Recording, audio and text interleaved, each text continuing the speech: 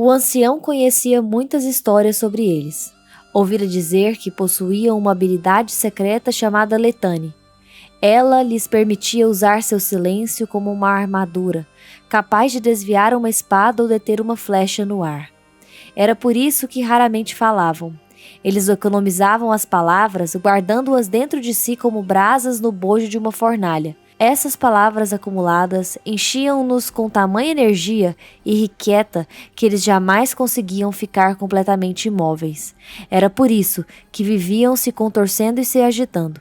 E então, quando entravam em combate, usavam essa habilidade secreta para queimar as palavras como combustível dentro de si, o que os tornava fortes como ursos e velozes como serpentes.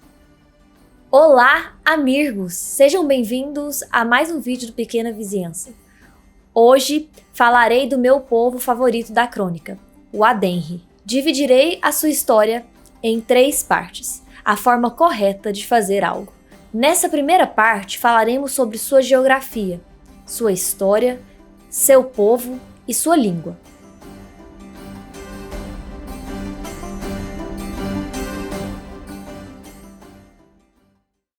Pensei no que o Kithai dissera, no único retalho de informação potencialmente útil que ele deixara escapar em nossa conversa. Você ria dos encantados até ver um deles. Não admira que todos os seus vizinhos civilizados também descartem o Chandriano. Você teria que deixar seus preciosos cantos muito para trás a fim de encontrar alguém que o levasse a sério. Não teria a menor esperança enquanto não chegasse aos Montes Tempestuosos. Feluriana dissera que o Kithai só falava a verdade. Eu poderia acompanhá-lo? Perguntei. O Adenri fica na borda do mapa dos 4 cantos da civilização.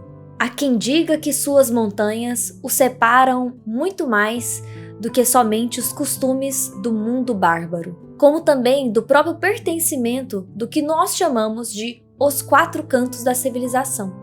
Se vocês perceberem no mapa, o restante dos países estão coloridos, porém o Adenri é o único país que está sem cor.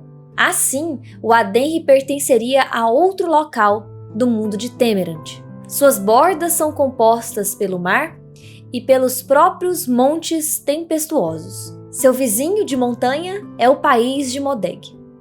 Pouco nós sabemos sobre suas cidades. 2 são mencionadas, e uma única é vista por Kvothe pessoalmente. Haert, que é a cidade onde Tempi leva Kvothe após a missão dos bandidos no Eld, para conhecer sua Ketã e sua Letane, e passar por diversas provas de aprovação. Outra cidade que é mencionada é Feant, a cidade de Vashet, que é a professora de Kvothe em Haert. A estrada se estreitou ao enveredarmos pelo sopé dos Montes Tempestuosos. O terreno foi ficando pedregoso e irregular e a estrada começou a zigue-zaguear, evitando desfiladeiros profundos, penhascos e amontoados de pedaços de rocha. O ar se modificou, tornando-se mais frio do que eu esperaria no verão. Terminamos a viagem em 15 dias. Segundo minha melhor estimativa, tínhamos percorrido quase 500 quilômetros nesse período. Haert era a primeira cidade adenriana que eu já vira, e para meu olhar inexperiente, mal pareceu uma cidade. Não havia uma rua central ladeada por casas e lojas. As construções eram muito espaçadas, de formatos estranhos e feitas para se encaixarem na forma natural da terra, como se tentassem ficar longe dos olhos. Eu não sabia que as violentas tempestades que davam nome à cordilheira eram comuns ali. Seus ventos súbitos e mutáveis destroçariam qualquer coisa elevada e angulosa, como as casas quadradas de madeira comuns nas terras mais abaixo. Em vez disso, os adenrianos construíam com sensatez, ocultando seus prédios do mau tempo. As casas se embutiam nas encostas dos morros, ou fora da direção dos ventos, protegidas por paredões de rocha. Algumas eram escavadas para baixo, outras nas laterais rochosas de penedos. Algumas a gente mal conseguia ver, a não ser que parasse ao lado delas.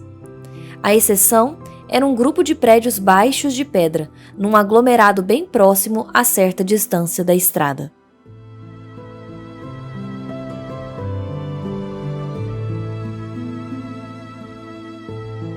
Pouco se sabe sobre o Adenri fora do Adenri. Os Adenrianos reservam sua língua, seus costumes e sua filosofia com seu próprio sangue e suas montanhas. Sua história com o mundo é comercial. Seus mercenários adenrianos são caros e a principal fonte de renda do país. Aquetan, sua forma de luta, os coloca muito à frente no combate em relação a outros mercenários do mundo bárbaro. Segundo Vachette, a maioria dos mercenários adenrianos e talvez a maioria dos próprios adenrianos falam aturano, a principal língua falada nos 4 cantos da civilização, vinda do antigo Império Aturense. A relação com a língua também é comercial, pois dificultaria os negócios com este mundo caso não dominassem o aturano. Nós adenrianos somos pagos para guardar, caçar e proteger. Lutamos por nossa terra, nossa escola e nossa reputação, e lutamos pela Letane, com a Letane, na Letane. Tudo isso junto. A palavra em adêmico para os que vestem vermelho é Setan, e isso é motivo de muito orgulho. Então, tornar-se mercenário é algo muito elevado na escala social adenriana, observei. Ela assentiu com a cabeça. Mas os bárbaros não conhecem essa palavra, e mesmo que a conhecessem, não a compreenderiam. Assim, mercenário tem que bastar.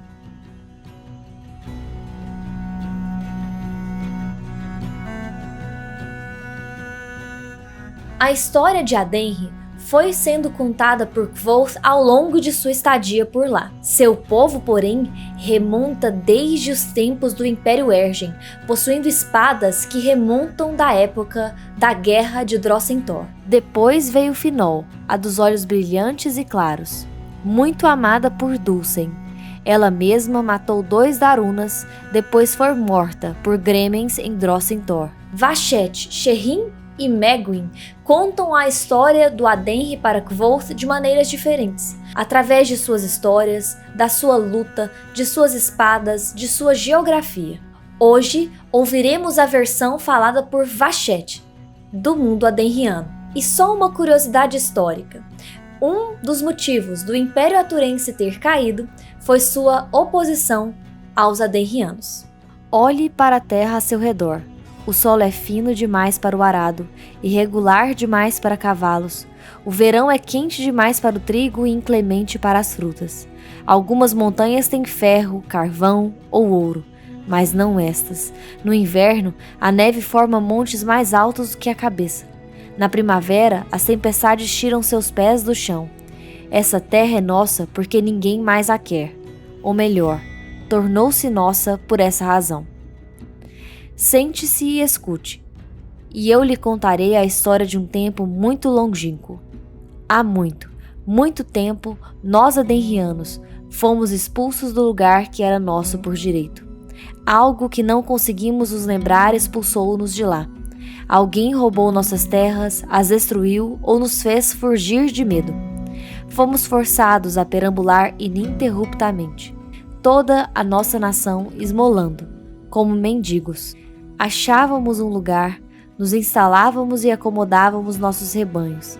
Então, os moradores das imediações nos faziam partir. Os adenrianos eram ferozes naquela época. Se não fôssemos ferozes, hoje não restaria nenhum de nós. Mas éramos poucos, por isso, sempre nos empurravam para adiante. Por fim, achamos este lugar árido e ventoso, indesejado pelo mundo. Cravamos raízes profundas na pedra e fizemos dele nossa pátria. Mas esta terra pouco tinha a nos oferecer. Um lugar para nossos rebanhos pastarem, pedra e um vento incessante. Não encontramos nenhum modo de vender o vento, por isso vendemos ao mundo nossa ferocidade. Assim sobrevivemos, e aos poucos fomos nos aprimorando até virar o que somos hoje. Não mais apenas ferozes, porém perigosos e orgulhosos, incessantes como o vento e fortes como a rocha. Esperei um instante para ter certeza de que ela havia acabado. Meu povo também é itinerante, falei. Em lugar nenhum e em toda parte, é lá que vivemos. Ela encolheu os ombros sorrindo.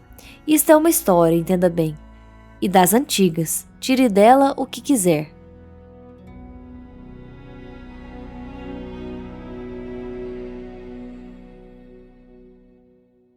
A língua dos adenrianos, o adêmico, é tão sagrado quanto sua história e sua luta. Seu objetivo como língua é levar a reflexão a quem ouve. Na maioria das coisas, na maior parte delas, o delicado é o mais importante. O pequeno é melhor. A essência dos adenrianos está na calma e em seu silêncio. Você faz contato demais com os olhos, disse ele, arregalando os seus e fitando os meus de modo penetrante sem pestanejar.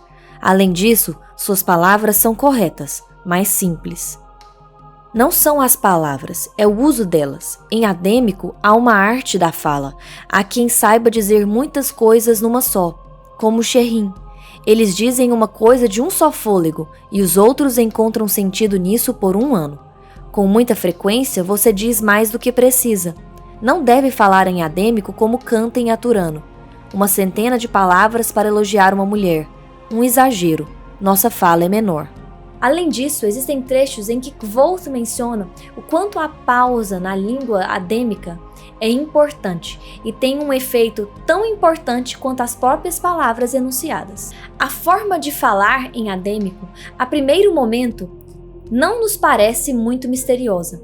Porém, ao longo da visita de Kvoth a esse país, percebemos que pode guardar sim uma relação com dois fatores muito importantes dessa narrativa, a nomeação e a música. Nos adenrianos, o fato de não falarem alto, não cantarem e não terem muitas expressões faciais fala muito a favor de proteger suas emoções. E mais além, nos próximos vídeos abordaremos talvez a relação de proteção contra a arte de nomeação, devido à consciência de seu grande poder. Por isso, os adenrianos reservam esses momentos íntimos de fala, afeto, somente com seus familiares e amigos mais próximos. Os cantores são uma profissão completamente diferente no mundo adenriano. Trata-se de uma ocupação valiosa, mas não respeitável. Os cantores adenrianos são conhecidos por levar em suas costas um biombo, pois quando vão se apresentar, mesmo em um ambiente que seja íntimo para familiares e amigos, eles o fazem protegidos desse biombo, para que ninguém os veja. O seu povo vê certas coisas como íntimas, a pele nua, o contato físico, a proximidade dos corpos, o jogo amoroso. Para os adenrianos, nada disso é digno de nota. Você consegue se lembrar de uma única vez que tem ouvido um de nós gritar, elevar a voz, ou mesmo falar alto bastante para ser entreouvido? Isto é porque para nós falar é particular, íntimo, as expressões faciais também. E isto, pressionou a garganta com os dedos, o calor que a voz pode produzir, a emoção que ela revela, isso é algo muito privado. E nada transmite mais emoção que a música, falei, ao compreender. Era uma ideia estranha demais para eu lidar com ela de uma vez só. A língua é pouco revelada no livro, com algumas palavras salpicadas nas páginas. Visanta, Tempa, Rinta, Sentim, Skiopa, Teias e Freate. Por ser uma língua praticamente nula em expressões faciais para o mundo externo, o adêmico revela seus sentimentos através da movimentação das mãos.